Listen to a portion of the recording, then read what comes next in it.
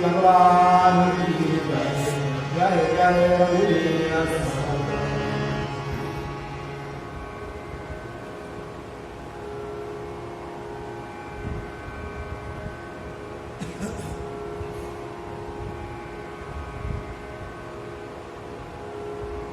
साक्षात परब्रह्म जे रामचंद्रांच्या रूपानं पृथ्वी तलावर अवतरलं आणि एक मानवीय भूमिका ज्यांनी धारण केली आणि हे सर्व जगताला एक आदर्श चरित्र ज्याच्यातनं अनेक गुणांनी युक्त असं चरित्र आहे. आपण परवा बोललो होतो 68 गुणांची यादी आलेली आहे आणि 28 की 29 मर्यादा सांगितलेल्या आहे. भगवान मर्यादा पुरुषोत्तम भगवान श्रीराम आहेत आणि आमच्या प्रत्येकाच्या अगदी जवळचे असणारे किंबहुना भगवंता एवढं जवळ, रामराया एवढं जवळ, आमच्या आत्मारामाजवळ एवढं जवळ आमच्यापासून काहीच नाही. आमचं शरीर सुद्धा इतकं जवळ नाही. आमच्या ज्या शरीराला मी करत राहतो, शरीर म्हणजेच मी आहे असं मी जे मानतो, ते शरीर देखील माझं नाही आहे. ते इतकं माझ्या जवळ नाही आहे जेवढा परमात्मा आत्मारामाच्या रूपाने आमच्या जवळ आहे. आणि असं असताना फक्त माझ्या अज्ञानतेमुळे मी त्याच्यापासून दुरावलेलो गेलेलो आहे. एकदम सहज आठवण आली एक गोष्ट सांगतो. एक तरुण जोडपं होतं, त्यांचं नुकतंच लग्न झालेलं होतं आणि असं ते सहलीला निघाले, समुद्र किनाऱ्यावर गेले. काय गोवा असेल, काय मुंबई असेल. आणि गेल्यानंतर त्यांनी एक बोट भाड्याने घेतली. बोट असेल ते बोट भाड्याने घेतली आणि ते मध्य समुद्रामध्ये असे फिरायला गेले. आनंदामध्ये होते दोघं जण, कोणीच नव्हतं. आणि आनंदामध्ये चालत असताना एकाएकी काय होतं, वादळ येतं, फार मोठं वादळ येतं आणि ते वादळ आलेलं असताना ती बोट जी आहे ती हेलकाव्या खाऊ लागते. सगळं असं विचित्र होऊन जातं. काही वेळा असं वाटतं की आता हे बोट म्हणजे काय गोडते की काय होतं. आणि अशा वेळी तो त्यांचा जो काय म्हणतात त्यापैकी पुरुष जो व्यक्ती आहे, तरुण मुलगा जो आहे, तो अत्यंत आनंदामध्ये शांतपणाने बसलेला आहे. आणि ती मुलगी जी आहे, नुकतीच लग्न झालेली मुलगी, तरुण मुलगी जी आहे, ती मात्र घाबरलेली आहे. हो काय करताय तुम्ही, हो पहा ना कसं वादळ आलंय, इतकं शांत कसं बसलाय. एकसारखा तो मस्तपैकी शांत आरामात बसलेला आहे, आनंदामध्ये. चेहऱ्यावर त्याच्या किंचित त्याच्या चेहऱ्यावरचं स्मितहास्य बदललेलं नाही आहे. अनेक वेळा ती म्हणते आणि शेवटी तो काय करतो, तो एकदम उठतो आणि उठल्यानंतर तो काय करतो, तो तलवार काढतो. त्या तलवार ठेवलेली त्याने, तलवार काढून ते एकदम गळ्याला लावतो. तलवारीचा टोक त्या मुलीच्या गळ्याला लावतो आणि गळ्याला लावलेला असताना ती एकदम हसू लागते. हो हो हो कसं तो भयंकर चिडलेला आहे आणि तो गळ्याला लावला तर असं वाटतं की आता तो कदाचित त्याला मारतो की काय. आणि 2-4 मिनिटं असं होतं आणि ती मुलगी सारखी हसत असते. तेव्हा तो म्हणतो की तू हसते कशी आहेस, तुझ्या गळ्याला मी लावलेली तलवार लावलेली आहे, तुला कळत नाही का. त्यामुळे मला एवढं कळत आहे की तू माझा प्रियकर आहेस. आपलं नुकतंच लग्न झालेलं, आपण दोघं एकमेकावर जीवापाड प्रेम करतो. त्यामुळे तू मला तलवार लाव, अगर काही कर, माझं तू काय म्हणतात त्याला वाईट चिंतू शकणार नाही. आणि या तलवारीचा माझ्यावर काही उपयोग नाही, तू मजाक करतोय, माझी गंमत करतोय म्हणून. तो तलवार ती काढतो आणि त्या मॅनेट टाकतो. तो म्हणतो माझ्या प्रश्नाचं उत्तर तू देखील हेच आहे. ज्याप्रमाणे तुला माझी भीती वाटत नाही, की तुला कल्पना माझ्यावर पूर्ण विश्वास आहे, तलवार जरी मी गळ्याला लावलेली असली तरी मी तुझं काही अहित करणार नाही, करू शकणार नाही, चिंतू शकणार नाही. तद्वत माझी त्या परमात्म्याबद्दल, माझी सुद्धा त्या रामरायाबद्दल, त्या परमात्म्याबद्दल सुद्धा माझ्या मनामध्ये तेवढाच ठाम विश्वास आहे. किती जरी बोट मोठं वादळ आलेलं असतं, किती जरी बोट हेलकावे खात असलेली असली तरी तो परमात्मा मला अतिशय तो माझ्यावर प्रेम करत असतो, मी सुद्धा त्याच्यावर प्रेम करतो आणि त्यामुळे तो माझं कुठलंही अहित करणार नाही याची मला जाम पूर्ण खात्री आहे. आमच्या चरचरांवरती, चराचरातली प्राण्यांवरती, सर्वांवरती प्रेम करणारा असा परमात्मा आहे आणि हा साक्षात मानव रूपामध्ये उतरलेला आहे. कारण काय तर आमच्या जगतासमोर, देवासमोर एक आचरणशील, अनुकलनीय असं चरित्र, सर्व गुणांनी युक्त असं चरित्र असावं की जे सर्वसाधारण माणसाला आपलंसं वाटावं, त्याच्यातनं त्याने काहीतरी प्रत्येकाला घेण्यासारखं असावं असं हे चरित्र आहे. वाल्मिकींची रामकथा म्हणजे हे चरित्रच आहे. आपण ते बघण्याचा प्रयत्न करीत आहोत. काल आपण बघितलं, काहीही कारण नसताना, मनी ध्यानी नसताना देखील नारद मुनी तिथे येतात. वाल्मिकींच्या मनातला जो किंतु तो घालवतात, त्यांना रामकथेची सूत्र सांगतात, थोडक्यात सांगतात. त्यानंतर क्रौंच वधाचा, पक्षाच्या वधाच्या निमित्तानं वाल्मिकींची प्रतिभा आणि करुणा आणि प्रज्ञा ही सगळी जागृत होते. प्रत्यक्ष भगवान ब्रह्मदेव तिथे अवतरतात आणि वाल्मिकींना म्हणतात की कृष्ण रामकथा करून, रामकथेचं तू आता लिखाण सुरू कर, रामकथा मला पाहिजे तुझ्याकडून. या सगळ्या गोष्टी आपोआप घडून आल्यामुळे वाल्मिकी अतिशय प्रसन्न होतात. आपल्या मनी ध्यानी नाही आणि काय सगळं चाललेलं आहे हे सगळं आणि भगवंताची इच्छा दिसते या भावनेनं ते आता रामकथा लिहिण्यामध्ये ते घडून गेलेले आहेत. अत्यंत प्रसन्न मनाने ते बसलेले आहेत. रोजच्या नंतर नित्यकर्मामध्ये ती रामकथा आहे आणि ती रामकथा आता हळूहळू लिखाण उतरून राहिलेलं आहे. भुर्जपत्रावरती रामकथेचं लिखाण सुरू झालेलं आहे. नेमकं अशाच वेळी इकडे आपल्या ज्या सीतामाता आहेत, भगवती जानकी ज्या आहेत, त्या प्रसूत झालेल्या आहेत आणि त्यांनी 2 सुंदर बालकांना जन्म दिलेला आहे. अतिशय गोंडस बालक आहेत ते दोघेही जोडे आहेत. पण त्यातल्या त्यात कुश हे मोठे आहेत आणि लव जो आहे तो छोटा आहे. आपण बोलताना लवकुश असं म्हणतो, पण वाल्मिकींनी त्याच्यामध्ये कुशी लव असं म्हटलेलं आहे. कुशी लव आपल्या याच्यात येते आणि कुशलव रामायण गाते. त्याचं रूपांतरण जेव्हा आमच्या आधुनिक वाल्मिकींनी केलेलं आहे, गदी माडगुळकरांनी केलेलं आहे, गदिमांनी केलेलं आहे, तेव्हा ते देखील असंच म्हणतात की कुशलव रामायण गाते. आणि दुसरं असं की रामचंद्रांच्या नंतर म्हणजे रामचंद्राचे ते उत्तराधिकारी म्हणून कुशांचाच अभिषेक झालेला, राज्याभिषेक झालेला आहे. पुढची गोष्ट आहे. अशा दोन्ही बालकं झालेली आहेत. वाल्मिकी अत्यंत प्रसन्न आहे. एक तर रामकथा चालू आहे आणि इकडे त्याचे दोन्ही बालकं रामचंद्रांचे उत्तराधिकारी आहेत. ते दोघे जण, त्यांना पूर्ण त्याची कल्पना आहे आणि त्यांच्यावरती उत्तमोत्तम संस्कार घालण्याचा ते प्रयत्न करीत आहे. मात्र त्यांनी एक फार लक्ष ठेवलेलं आहे, ही रामचंद्रांची बालकं आहेत, रामचंद्रांचे उत्तराधिकारी आहेत, हे कोणालाही कळता कामा नाही. फक्त सीतामातांना तिकडे माहिती आहे, इकडे वाल्मिकींना माहिती आहे आणि त्यांच्या आश्रमातली शिस्त असल्यामुळे कोणीही काहीही विचारलेलं नाहीये.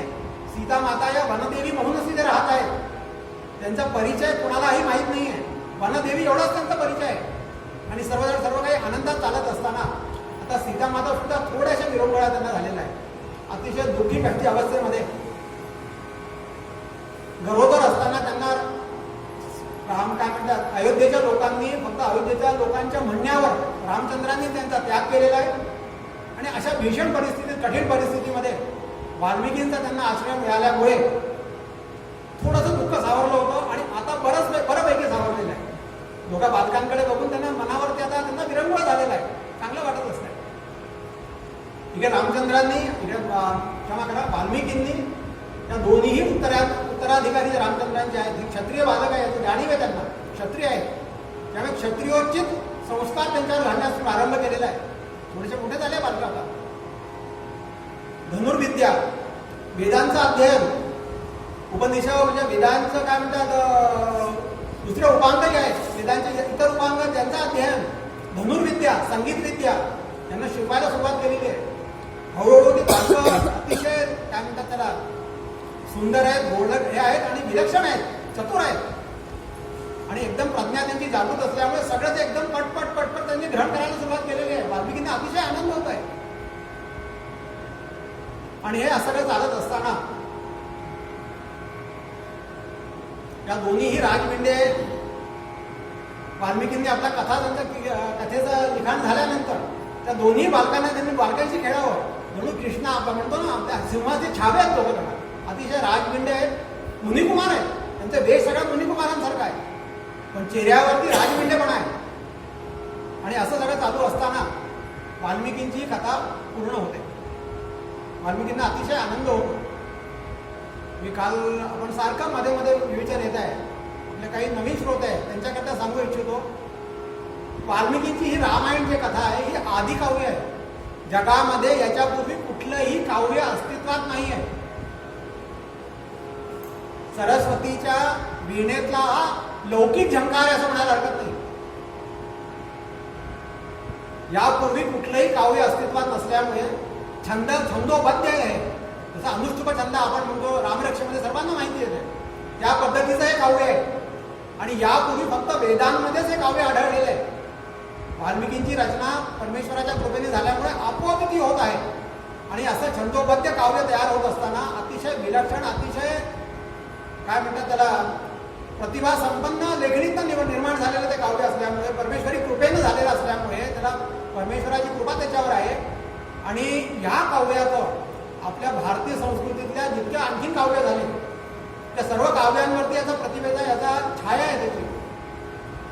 म्हणजे 18 पुराणांमध्ये आपण काल मी सांगितलं होतं, पुन्हा सांगतो, 18 पुराणांमध्ये व्यासांना हे चरित्र इतकं म्हणजे काय म्हणतात त्याला, ते भावलंय, इतकं भावलंय की 18 पुराणांमध्ये प्रत्येकामध्ये रामकथेचा उल्लेख आहे. महाभागवतामध्ये सुद्धा 5 ठिकाणी रामकथा आलेली आहे. व्यासांनी तर केलेलंच आहे, सुखदेव भगवानांनी सुद्धा याच्याबद्दल वर्णन केलेलं आहे. जितके ऋषीमुनी आहेत प्रत्येकाने या रामकथेबद्दल काही ना काही आपल्या याच्यामध्ये त्यांनी घेतलेलंच आहे. त्याचं कारण आहे की याच्यापूर्वी कुठलंही काव्य अस्तित्वात नव्हतं, कुठलाही रेफरन्स या काव्याला नाही आहे. आणि पहिलं काव्य असताना काल मी सांगितलं होतं, भगवान कृष्ण लहानपणी कृष्णाने देखील रामकथा ऐकलेली आहे. आणि रामकथेच्या 1000 काय म्हणतात 1000 वर्षांनी जास्त वर्षांनंतर मग भागवताचा जन्म झालेला आहे. त्या भागवत कथेच्या 1000 वर्षा आज त्याला 7,500-8,000 वर्ष झाली आहे यायला. आणि एक आणखीन सांगतो आपल्याला, संतांचं जे काव्य असतं ना, त्या महामुनींचं ऋषींचं काव्य जे असतं ना, ते साहित्य नसतं बरं का. ते साहित्य या सदरात मोडत नाही. आपण त्याला साहित्य म्हणतो, संत साहित्य म्हणतो, पण संत साहित्य नसतं. साहित्य म्हणजे काय की जेव्हा आम्ही सर्वसाधारण माणसं जेव्हा लिहितो ना, काही कविता लिहितो, कादंबऱ्या लिहितो, हे साहित्य असतं. ते साहित्य आम्हाला खपवावं लागतं, घरोघरी जावं लागतं, फोन करावे लागतात, व्हॉट्सअपवर टाकावं लागतं, ग्रुपमध्ये टाकावं लागतं, तुम्ही असं असं लिहिलेलं आहे, त्याचं घ्या तुम्ही, फार चांगलं आहे, फार सुंदर आहे, असं आहे तसं आहे, फार स्वस्त आहे. अनेक कॉप्या तुम्हाला फालतू काय म्हणतात त्याला भेट द्याव्या लागतात. ते उद्देश हा असतो की 1 कॉपी तुम्हाला दिली की 10 कॉप्या तुम्ही माझ्या खपवाल म्हणून. आमचा आपल्याला कल्पना आहे, प्रिंटिंगचा व्यवसाय आहे आणि अनेक लोक अनेक काव्य छापवत असतात. सुरुवातीला नाही झाले त्यांना असं वाटतं की अरे वा 250 कॉप्या पाहिजे, 500 कॉप्या पाहिजेत, आणि ते बिचारे आम्हाला पेमेंटही करतात, त्यात चूक नाही त्यांचं. पण शेवटी त्या कॉप्या इथे ठेवलेल्या असतात, कारण ते नेणार कुठे. बायको म्हणतं की कांडाळ इथून काढा, मग ते सगळं काव्य पेमेंट झालेलं असतं. आम्हाला प्रश्न असतो की त्याला विकायचं की ठेवायचं, काय करायचं. बरं, अशा अनेक लोकांचे अनेक काव्य पडलेले असतात. आणि संतांचं जे आहे ते वाङ्मय असतं. संतांच्या ह्याला वाङ्मय असं म्हणतात. संतांचं वाङ्मय जे असतं ना, त्या वाङ्मयाला एक प्रकारचं अजरामर असतं. ते म्हणा त्याला आहे ना, वेळ काळ्या मर्यादेची सीमा नसते त्याला. आज हजारो वर्ष, 7,500-8,000 वर्ष रामायणाला झाली, आजही ते अजरामर आहे. अनेक रामायण मी सांगितलं, 200 रामायण आज अस्तित्वात आहेत. या त्याचं मूळ रामायण हेच आहे, मूळ कथा हीच आहे. 200 रामायणाच्या वर आज अस्तित्वात आहेत. एका मोरोपंतांनी 108 रामायणे लिहिली आहेत. काय माणसाची प्रतिभा असेल. सगळं ह्याच रामायणावरती भारून लिहिलेलं आहे, आदिकाव्यावर भारून लिहिलेलं आहे. आणि संतांच्या वाङ्मयामध्ये ते अजरामर असतं. त्याला आम्हाला कुठे जायची गरज नसते, न्यायची गरज नसते. लोक त्याला घेऊन येतात. लोक विचारतात का हो हे कुठे मिळेल, गीता प्रेसवर मिळेल का, सज्जनगडावर मिळेल का, त्याचा मला पत्ता सांगा, मला ते पाहिजे, तुमच्याकडे आहे का, मला वाचायला द्याल का. आता म्हणजे दुर्दैवाची गोष्ट अशी झाली आहे की लोकांनी आता घरं आपले शिफ्ट करायला सुरुवात केलेली आहे. लोक आता ब्लॉकमध्ये नवीन राहू लागले. त्यावेळी ही जी ग्रंथ संपदा आहे आता लोकांना सुद्धा नको वाटू लागलेली आहे. आणि आपल्याला माहिती असेल इथे अनेक ठिकाणी अनेक अंशावर ठेवलेले असे बाण ठेवलेले आहेत. मंदिराला भेट द्यायला ते येतात सर्व. जुनी जेवढे ग्रंथ संपदा आहे ती सगळी मंदिराला भेट देतात. एक सांगतो आपल्याला, असं एक वाक्य संत वाक्याचं आहे की भले तुम्ही ग्रंथ वाचू नका, पण ते ग्रंथ तुमच्या घरात असणं फार गरजेचं आहे. त्यातनं पॉझिटिव्ह ऊर्जा निर्माण होते त्या ग्रंथांमधनं. तुम्ही वाचा अगर नका वाचू, जे सुप्तावस्थेत तिथे पडलेले असतात, त्या संतांचे विचार असतात ते, आणि कळत न कळत आमच्या तरुण पिढीवरती, नवीन मुलांवरती ते संस्कार घालत असतात. आम्हाला ते कळत नाही, आम्हाला ती अडगळ वाटते. आज उठून इकडे ढवलं, इकडनं तिकडे ढवलं, तिकडून हळूहळू ते बाहेर जातो. त्याच्याबरोबर नकळत आमच्या पिढीचे संस्कार देखील बाहेर चाललेत असो. तर असं हे अजरामर वाक्य ग्रंथ हा संपदा आहे ही. एक आणखीन सांगतो, 24,000 श्लोक वाल्मिकींनी लिहिलेले संस्कृतमध्ये. परवा सांगितलं समर्थांनी पण याचं संपूर्ण काय म्हणतात त्याला पुनर्लेखन केलेलं आहे, कॉपी केलेली आहे. आज ते साहित्य आज उपलब्ध आहे समर्थांचं बरं का. 24,000 श्लोकांना हाताने लिहिणं सोपं नाही आहे, समर्थांनी केलेलं आहे, ते समर्थ भारावलेले आहेत. आणखीन एक विशेषता या काव्याची अशी आहे की 24,000 श्लोक कसे आहेत, तर अनुष्टुप छंदामध्ये आहेत, छंदोबंध रचना आहे, आपल्याला कल्पना आहे. पण तसंच गायत्रीमध्ये 24 मंत्र आहेत. ओम तत्सवितुर्वरेण्यं भर्गो देवस्य, तर त्याला कल्पना आहे. प्रत्येक पहिला श्लोक, प्रत्येक हजाराचा 24,000 आहेत, 24 नावं आहेत, 24,000 श्लोक आहेत. पहिला श्लोक पहिला 1,000 पर्यंत हा तपासून सुरू झालेला आहे. तपस्वाध्याय निर्तम तपस्वी वाग्विदाम परम आपण बघितला होता, पहिला श्लोक बघितला होता. दुसरा श्लोक ते अर्धा तप त्या तिथून सुरुवात झालेला आहे. दुसरा 1,000चा पहिला श्लोक बरं का. तिसऱ्या 1,000चा पहिला श्लोक बी पासून सुरू झालेला आहे. असं या पद्धतीने काव्याची रचना आहे आणि अतिशय दिव्य भव्य काव्य आहे. कालिदासांचं त्यांची प्रतिभा अतिशय उत्कट प्रतिभा मानली जाते. काव्य प्रतिभा त्यांची अतुलनीय आहे. त्या कालिदासांनी या महाकाव्यामधनं, या रामायणातनं जवळजवळ त्यांच्या हजारांच्या वरती काय म्हणतात त्यांच्या उपमा जशाच्या तशाच घेतलेल्या आहेत. असं हे विलक्षण आणि भव्य दिव्य काव्य आहे. एकदा ते पूर्ण होतं आणि वाल्मिकी अतिशय प्रसन्न होतात. वाल्मिकींच्या मनावरचा भार जो तो कमी झालेला आहे आता. अतिशय त्यांना आनंद होतो. भगवत कृपेने हे माझ्याकडून त्यांनी करून घेतलं. या चिंतनामध्ये ते बुड असताना आता ही बालकं सुद्धा मोठी झाली आहेत बरं का. आता 8-9 वर्षाची झाली आहेत मुनिकुमार. लवकुश आता 8-9 वर्षाचे झालेले आहेत. आणि आता वाल्मिकींच्या पुढे दुसरा प्रश्न पडलेला आहे. ते थोडं चिंतनामध्ये मन बघणं असताना डोळे त्यांनी बंद केलेले आहेत आणि चिंतन करतायत. काय चिंतन करतायत, काय त्यांना काळजी आहे. ते म्हणतात भगवत कृपेने एवढं चांगलं ग्रंथसंपदा ही ग्रंथरचना माझ्याकडून तयार झालेली आहे. पण आता मला प्रश्न असा पडला आहे, तयार झाली ठीक आहे, आता ही लोकांपर्यंत कशी जायची, त्याच्या प्रचार प्रसाराचं काय करणार. एखादं सुंदर फूल असावं, सुगंधित फूल असावं. पारिजातकाचे दिवस आहे, सकाळच्या वेळेला सुगंधित फुलांचा सडा पडलेला असतो. पण जर वारच नसलं, वायुदेवच सहाय्य करणारे नसले तर तो सुगंध पसरणार कसा. कुणाला तरी सहाय्य लागतं. आणि अशा वेळी चिंतनात मग्न असताना एकदम त्यांच्या मनामध्ये त्यांच्या चेहऱ्यावरती स्मितरेषा उमटते. ते विचार करतात, हे काव्य मी लिहिलंय का, माझ्या मनात काही होतं का. नाही, माझ्या मनात काही नव्हतं. आपोआप सगळे योग जोडून आले.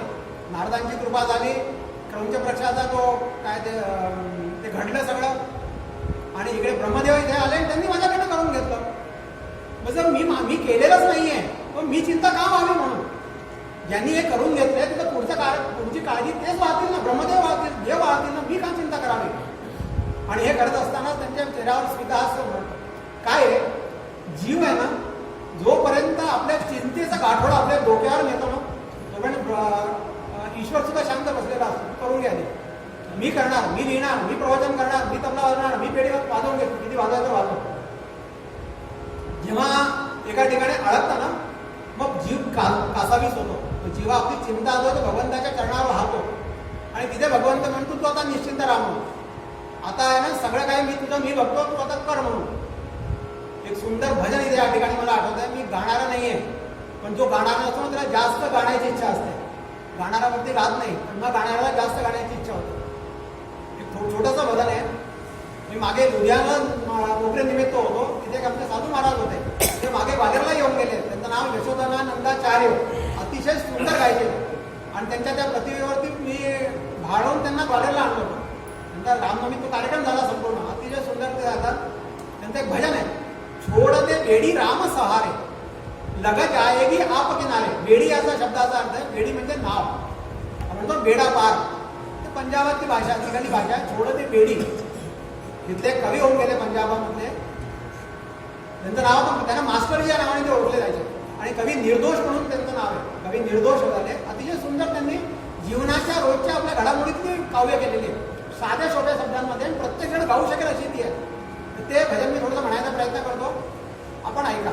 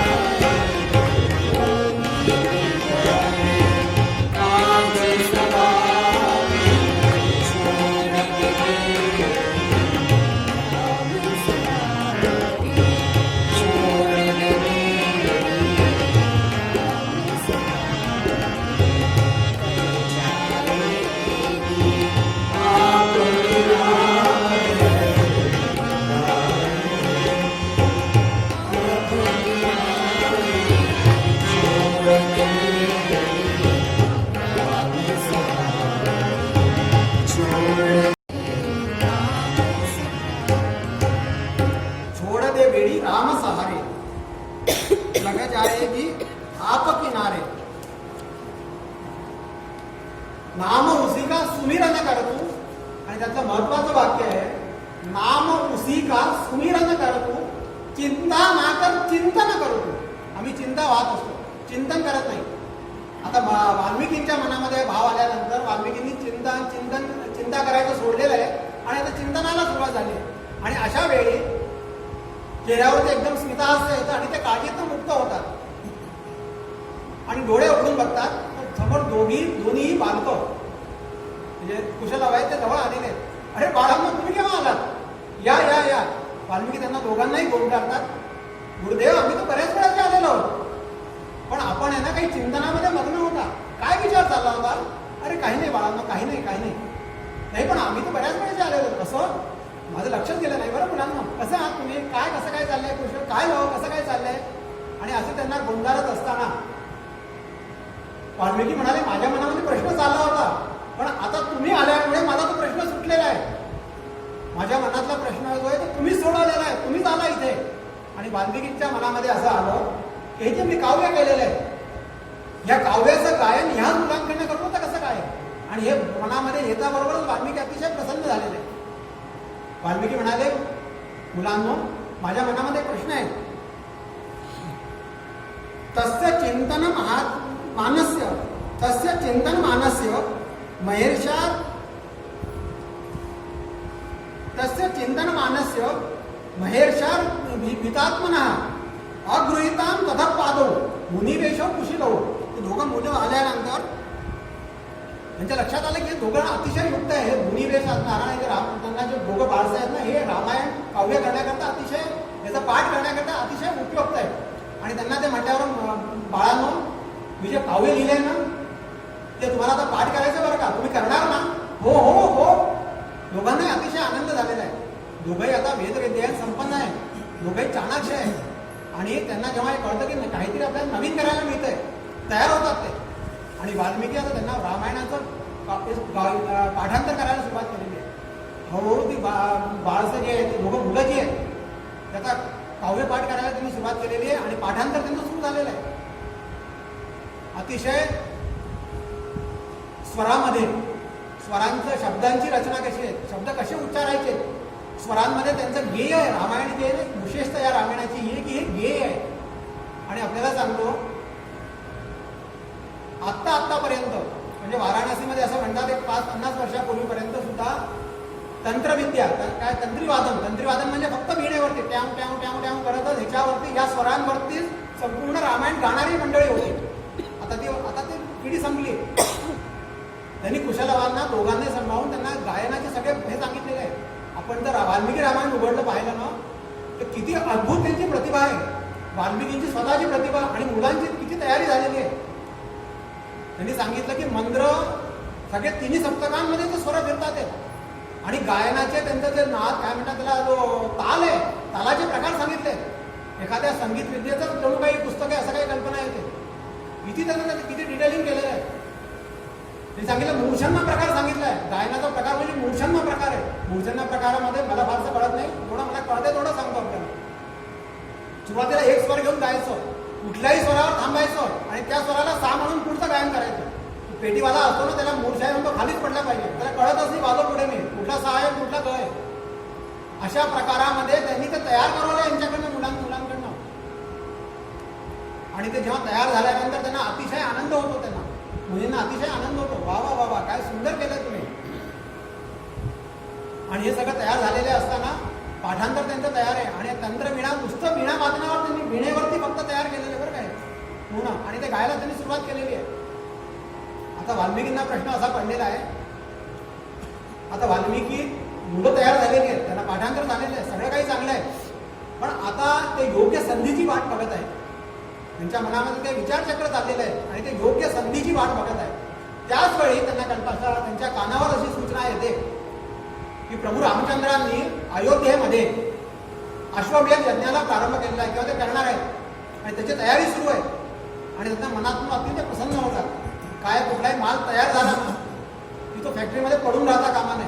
तिथं डिस्ट्रीब्युशन पण इम्पॉर्टंट आहे, पण ते केव्हा लॉन्च करायचा हे फार महत्त्वाचं आहे. लॉन्चिंग डेट खूप महत्त्वाची बरं का. आपण बघितलं असं मोठमोठाले सिनेमे करोडो रुपयाचा जे धंदा करतात, अब्ज रुपयांचं करतात, यांची फक्त तारखांकरता भांडणं असतात. जे ईदला मी करणार आहे तर ह्यांनी ईदला करू नये, किंवा एका वेळी 2 जर पिक्चर लागले तर त्यांचं ते सगळे कासावीस होतात. मग आपसात ऍडजस्टमेंट लागतं. दिवाळीला तू करून घे, होळीमध्ये, म्हणजे अशा या तारखा ज्या महत्वाच्या असतात ते फार महत्वाचं आहे. असंच आता यांना संधी सापडलेली की आता यांनी रामचंद्रांपुढे आपल्याला मुलांना अयोध्येला पाठवता येईल म्हणून त्यांनी मनातनं लोकांना विचारलं, दोघांना, की बाळांनो तुमचं आता हे रामायण तयार झालेलं आहे, पण केवळ मी आणि तुम्ही म्हणून होणार नाही, लोकांनी त्याला चांगलं म्हटलं पाहिजे.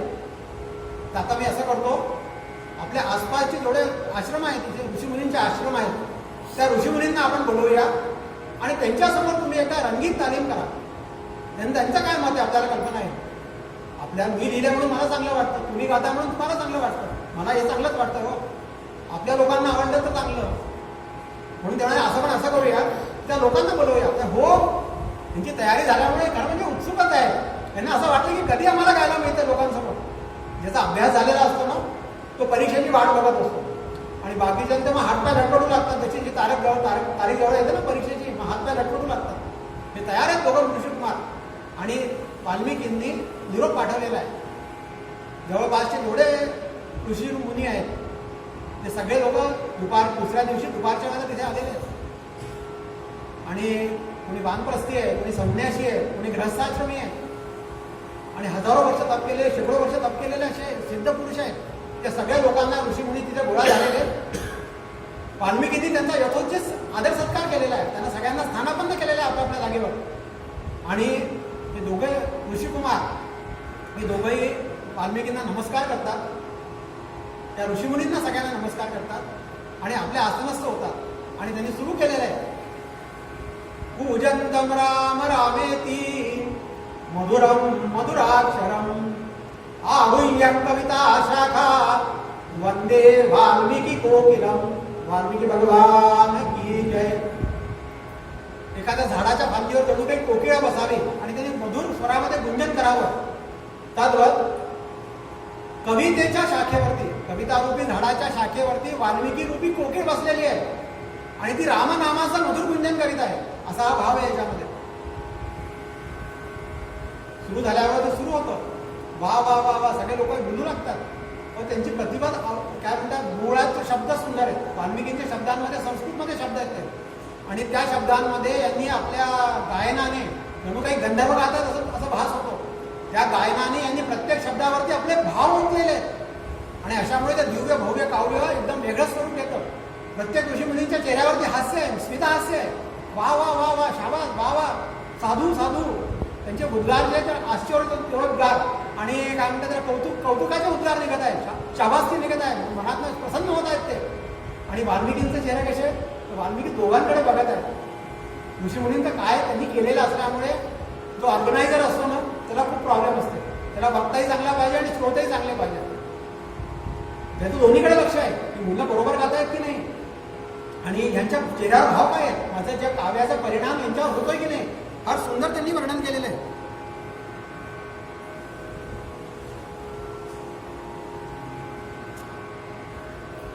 ते परिणाम कसा झाला, ते ऐकत असताना मुलींवर काय परिणाम झाला.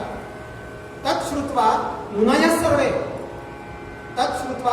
सर्वे बाष्प पर्याकुलेक्षणा असं त्यांनी सांगितलं. म्हणजे काय की प्रत्येकाच्या चेहऱ्याच्या डोळे त्यांचे पाणावलेले आणि पाण्यातनं डोळ्यांच्या कडा ज्या आहेत ते पाणावलेले आहेत.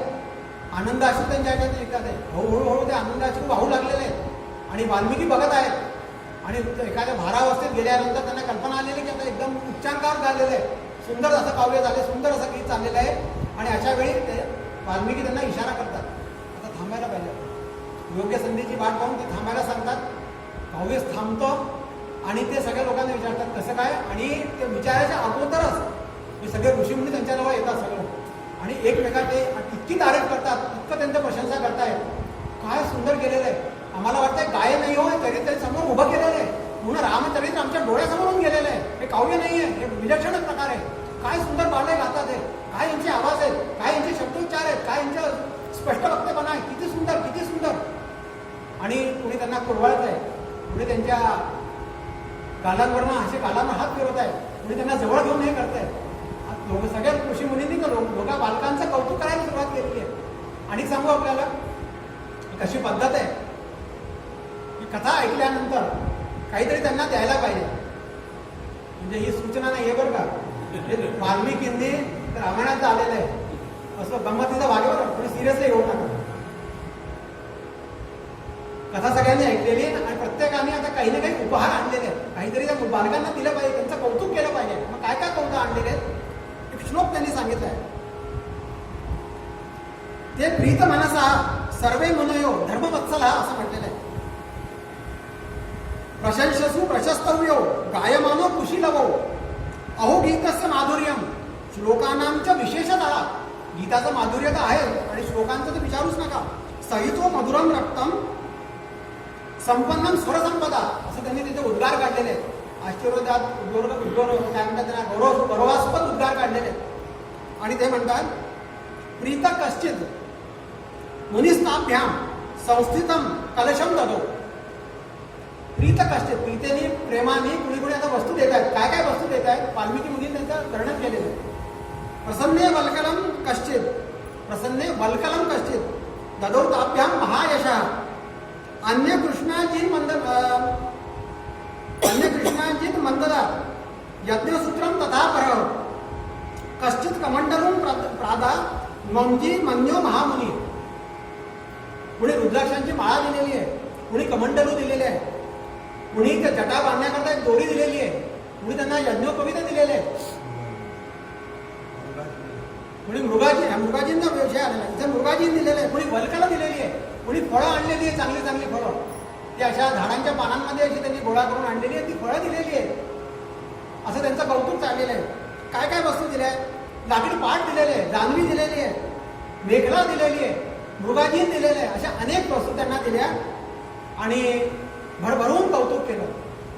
वाल्मिकींनी सर्वांचे आदरातिथ्य केलेले आहे, सर्वांना धन्यवाद दिलेले आहे आणि सगळे मंडळी आपापल्या स्थानी निघून गेलेली. संध्याकाळची वेळ आहे आणि दोघंही बालकांना वाल्मिकी मुनी आपल्या जवळ बोलतात. बाळांनो, आज अतिशय सुंदर तुम्ही गायलात, फारच सुंदर गायलात आणि मला आता वाटतं असं आता वेळ आलेली आहे की तुम्ही अयोध्येमध्ये जाऊन ना याचं गायन करावं. पण एक लक्षात ठेवा, तत्पूर्वी तुम्ही आईची परवानगी आहे बरं, आईला आधी विचारा. आणि दोघेही बालकांना अतिशय आनंद झालेला आहे, लोकांनी कौतुक केलं आहे, इतक्या वस्तू मिळालेल्या आहेत आणि खरोखरच कार्यक्रम चांगला झाला आहे, भगवंताचं नाव मिळालेलं आहे.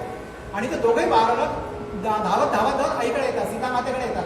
आई आई आम्ही आता अयोध्येमध्ये जाणार आहोत, आम्हाला गुरुजींनी सांगितलंय आता तुम्ही अयोध्येमध्ये जाऊन आज आमचं ऐकलं ना, तू कसं वाटलं? सीतामातेंनी पण ते ऐकलेलं आहे, समोर नाही आल्या, मर्यादा पाळून त्यांनी आश्रमातलं ते गाणं ऐकलेलं आहे, त्यांचं गायन ऐकलेलं आहे. आणि अयोध्या शब्द आल्याबरोबर सीतामाता थोड्याशा भावुक होतात. अयोध्या म्हटलं की तिथल्या प्रत्येक वस्तूंमध्ये तिथे त्यांचं प्रेम रुतलेलं आहे, तिथल्या जनमानसावरती, तिथल्या मातीवरती, तिथल्या सिंहासनावरती, तिथल्या लोकांवरती, प्रत्येकावर त्यांनी काय म्हणतात त्याला अतिशय प्रेम केलंय, निरातिशय प्रेम केलेलं आहे. आणि त्या जनतेने मात्र तिला आता हे माझं ती स्वतःचा भोग आहे काय माहीत नाही, पण मला त्या जनतेने मला लाथाडून इथे पाठवलेलं आहे, स्वीकारच केलेला नाही माझा, मला त्याग केलेला आहे. अशी ही जनता माझ्या या पुरांचं तरी सही करेल का? यांना स्वीकार करेल का? हा त्यांना प्रश्न पडलेला आहे. पण कसं सांगणार ते? आई आई तू बोलत का नाही? तू काळजी करू नकोस, आम्ही लवकर जाणार आहोत आणि लवकर परत येऊ, जास्त राहणार नाही तिथे. आणि समजा राहायची वेळ आली ना तर आई आम्ही तुला देखील बोलावून घेऊ तिथे. अरे नाही रे बाळांनो, नाही रे. मग काय थोडा लवाला असं वाटलं, आई तुला असं वाटतंय का की मी जसा इथे वागतो तसा तिथे वागेन? तू काळजी करू नकोस, मी खूप चांगला वागेन तिथे, बरं तू कुणाला काही त्रास देणार नाही. आणि मग मी जाऊ का आई, आम्ही जाऊ का? आणि तुझं म्हणत असेल तर मग नाही जात आम्ही. त्यांना असं वाटलं आईची कदाचित परवानगी नाही म्हणून. सीता माता दुःखीत झालेल्या आहेत, कष्टी, अयोध्येच्या नावाने कष्टी झालेल्या आहेत.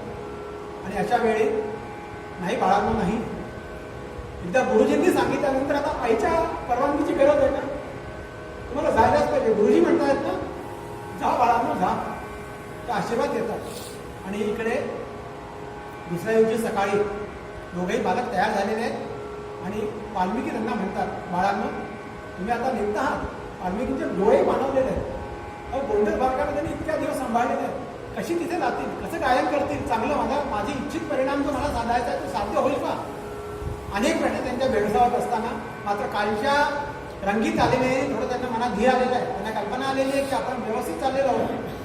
बालकांना एक लक्ष ठेवा बरं, तुम्ही आता अयोध्येला जाणार आहात, तिथं तुम्हाला लोक तुम्हाला तुमचा परिचय विचारतील. तुमचं गायन ऐकलं ना की लोक तुम्हाला विचारतील तुम्ही कुणाची मुलं आहात म्हणून, तुमचा परिचय विचारतील. तुम्ही काहीही सांगायचं नाही बरं का. तुम्ही फक्त एवढंच सांगायचं की आम्ही ऋषी वाल्मिकींचे शिष्य आहोत म्हणून. आपला आणखी काही बोलायचं नाही. यांना कुठे परिचय माहिती आहे? मुलांना तसंही परिचय माहीतच नाही आहे. एवढं सांगायचं की ऋषी वाल्मिकींचे आम्ही शिष्य आहोत. त्यानंतर तुम्हाला लोक आपल्या घरी बोलवतील, कोणाच्याही घरी जायचं नाही. लोक तुम्हाला निरनिराळे प्रकार खायला देतील, कोणाच्याही घरचं खायचं नाही. कुणी काही तुम्हाला दान देतील, तुम्हाला वस्तू देतील, तुम्हाला भेट देतील निरनिराळ्या प्रकारचे. ऋषीमुनींची भेट निराळी होती बरं का, ती तुम्ही स्वीकारली अगदी योग्य आहे. अयोध्येच्या माणसांनी, अयोध्येच्या जनतेपैकी कुणी जरी काहीही दिलं ना तरी ते स्वीकारायचं नाही. मग जेवायला बोलवतील, जेवायला जायचं नाही. मग आम्ही काय खायचं मुनी? गुरुवार मी काय खायचं गुरुजी? बाळांनो तुम्ही कंदमुळं खा, फळं खा, कंदमुळं खा. आणि तुम्हाला सांगतो एका वेळी काहीच नाही मिळालं नाही, तुम्हाला या वनस्पती मी देतो. त्या वनस्पती तुम्ही आपल्याला ठेवा. सकाळी उठल्याने की थोड्याशा वनस्पतीचं खाल्लं ना तर तुम्हाला भूक लागणार नाही, दिवसभर तुम्हाला इच्छा होणार नाही खायची. त्यांनी वनस्पती काढून दिल्या. छोटा लव म्हणाला, गुरुजी मला थोडीशी वनस्पती जास्तच द्या, कारण मला जास्त भूक लागते म्हणून. तुम्हाला एक सांगतो, तुम्ही जेव्हा गायन कराल ना, तेव्हा तुमचं एखाद वेळ तिथे हवामानाप्रमाणे कशामुळे, कोरोनामुळे नव्हे, तुमच्या गळ्याला त्रास होईल, तुमचा स्वर एखाद वेळ दिवसभर होईल, बेसुरे व्हायचा प्रश्न येईल. अशा वेळी तुम्ही ही मुडी ठेवा. ही मुडी तुम्ही तोंडात ठेवली ना की तुम्ही लगेच स्वरावरती या. त्यांना इतके सगळे त्यांनी सूचना दिलेल्या, इन्स्ट्रक्शन्स दिलेले आहेत. आणि वाल्मिकी मुनी, प्रत्यक्ष सीतामाता आणि ऋषी मुनी, सगळ्या ज्या ऋषींच्या स्त्रिया आहेत, ऋषी लोक आहेत, ते सगळे लोक त्यांना सोडायला येतात. आणि वाल्मिकी मुनी म्हणतात, गा बाळांनो श्रीरामायण, प्रभू राजाच्या नगरी जाऊन गा बाळांनो श्रीरामायण, श्रीरामायण जय रामायण, गा बाळांनो श्रीरामायण. आपला वेळ होत आलेला आहे, तर आपण इथेच थांबूया. उद्या ही बालकं सगळे रामायण आपल्या अयोध्येमध्ये पोहोचणार आहेत. अयोध्येमध्ये काय होतं, प्रभू रामचंद्रांची आणि आता यांची भेट होणार आहे. आणि उद्याच्या दिवसाकरता उद्या एकादशीपणे अनाय असेल. आणि आपला प्रयत्न उद्या राहील की आपण इथले जे ग्वाल्हेरचे खूप चांगले गायक आहेत, विजय भेरेजी, यांच्याशी मी बोललो. त्यांना म्हटलं एक 2-3 पदांची आपण इथे प्रस्तुती द्यावी. ते तयार झालेले आहेत. आणि काही निवेदन होईल, काही कथाभाग पण थोडासा पुढे सांगितला जाईल. आणि काही काय म्हणतात या पदं, 3-4 पदं असं करून 1 तास 1.25 तासाचा उद्या कार्यक्रम होईल. चालेल ना? दुसरी शक्यता अशी पण आहे की उद्या थोडंसं 10-15 मिनिटं उशीर होऊ शकतो. काही अडचणी आहेत. आपण 6 वाजताच्या ऐवजी 6:15, 6:30 होऊ शकाल होते. 6:15 का 6:15 सुरू करू आणि एक 7:30 पर्यंत, 6:15, 7:30 पर्यंत आटोपायचा प्रयत्न करूया. आपले जर पुढे इतर लोक असले, कोणाला याची इच्छा असते, आपण जास्त त्याचं पुढे हे केलेलं नाही आहे, ॲडव्हर्टाइजमेंट केलेलं नाही आहे. पण 4-6 लोकांना अजून यायला हरकत नाही. जे प्रेमी लोक असतील, त्यांची इच्छा असेल, त्यांना आपण आणायला हरकत नाही. आणि ते विजय भेरेजींचं गीत रामायणावर मागे त्यांची प्रस्तुती झालेली आहे, आपण ऐकलेलं आहे. ती प्रस्तुती तर इथे 4-5 भजनांची देते. शेवटचं भजन म्हणूया आपण. वाल्मिकींच्या मनामध्ये काही निराळी भजन आहे बरं का. वाल्मिकी जे हे करतायत ना, हे सगळं कशा करता करतायत. गीत रामायण आहे काय, रामाचं चरित्र गायन करण्याकरता त्यांनी पाठवलेलं आहे का, हा प्रश्न आहे. तसं नाही आहे. त्यांच्या मनामध्ये, आपण समाप्त करण्यापूर्वी थोडंसं बोलूया. आपल्याला सुरुवातीला आठवत असेल, ज्यावेळी सीतामाता त्या ह्याच्यामध्ये त्यांचा त्याग केलेला आहे आणि वाल्मिकींच्या मुनीच्या आश्रमामध्ये त्या जेव्हा आलेल्या वाल्मिकी त्यांची भेट झालेली आहे, तेव्हा त्यांनी सीतामातेला सांगितलंय की तू कलंकिनी नाही आहेस, तू पतिव्रता आहेस. आणि या अयोध्येच्या जनमानसानं निव्वळ आपल्या अज्ञानतेमुळे तुझ्यावर हा आघात केलेला आहे. तुला तिथल्या मंदिरातली तू देवता आहेस, अयोध्येच्या मंदिरातली तू देवता आहेस, पण तुझ्या मूर्तीला त्यांनी भेरकावून दिलेलं आहे. तू मला संधी दे, तू मला थोडीशी मदत कर, मी तुला वचन देतो, मी प्रतिज्ञा करतो. हा वाल्मिकी प्रचेतांचा पुत्र हा वाल्मिकी प्रतिज्ञा करतो की जोपर्यंत सीता या पतिव्रतेचं जे तिला गमावलेलं स्थान आहे, ते अयोध्या माणसामध्ये जोपर्यंत त्याच्या हृदय सिंहासनावरती याची स्थापना करणार नाही, तोपर्यंत मी चैन घेणार नाही म्हणून. आणि हे सगळं चालत असताना बघा, त्यानंतर सगळ्या गोष्टी घडत आल्या. नारद आले, क्रौंचवध घडला आणि त्यानंतर ब्रह्मदेव आले आणि हे रामायण लिहिलं गेलं. हे सगळं आपोआप झालं. त्याचं कारण काय, आपल्या इथे म्हणतात ना, सत्य संकल्पाचा दाता नारायण. मनामध्ये कुठलाही विकल्प नाही आहे. अतिशय शुद्ध निर्मळ मनाने त्यांनी केलेलं आहे. कुणावरही आघात नाही आहे, पण त्यांना मनालाही अतिशय शल्य पोचलेलं आहे. या सीता मातेवरती हा जो आघात झालेला आहे, हा सर्वदा हे काय म्हणतात त्याला चूक आहे आणि ह्याचं निर्धारण व्हायला पाहिजे. आणि त्या म्हणून हे रामांनी ऐकावं इतकं त्यांची इच्छा नाही आहे. म्हणजे रामाने ऐकावं, पण रामापेक्षा रामाची चूक नाही आहे. रामांनी जनमानसेच्या माणसांच्या सांगण्यावरून हा निर्णय घेतलेला आहे. तेव्हा जनमानसांच्या हृदयावरती याचा आघात व्हायला पाहिजे. त्यांना आपली चूक कळली पाहिजे. आणि ही चूक आहे ना, नेत्यांनी सांगून होत नाही, त्या राजाने सांगून, रामाने सांगून होणार नाही. हे जेव्हा जनमानसामध्ये सत्य काय जेव्हा प्रस्थापित होतं ना, तेव्हा ते आपली चूक लोकांना लक्षात येते. हा भाव वाल्मिकीच्या मनामध्ये असल्यामुळे वाल्मिकींनी त्यांना अतिशय साचून नेत्यांनी त्यांना निरोप दिलेला आहे. आपण शेवटचं भजन थोडंसं भैरवी आहे आणि श्रीराम जयराम यांचं समजून घ्या.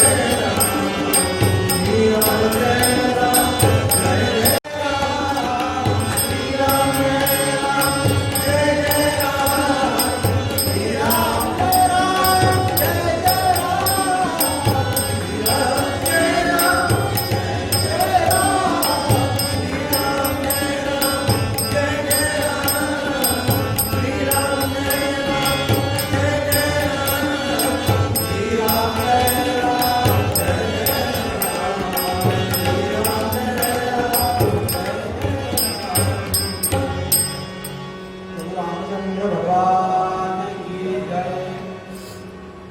आजची प्रवचन मला प्रभू रामचंद्रांच्या चरणावरती समर्पित करतो आणि इथेच थांबतो. उद्याचा कार्यक्रम आपण थोडंसं वेळेची सूचना थोडासा विलंबित होईल. सभा झाला आपण सुरू करूया. जय जय रघुवीर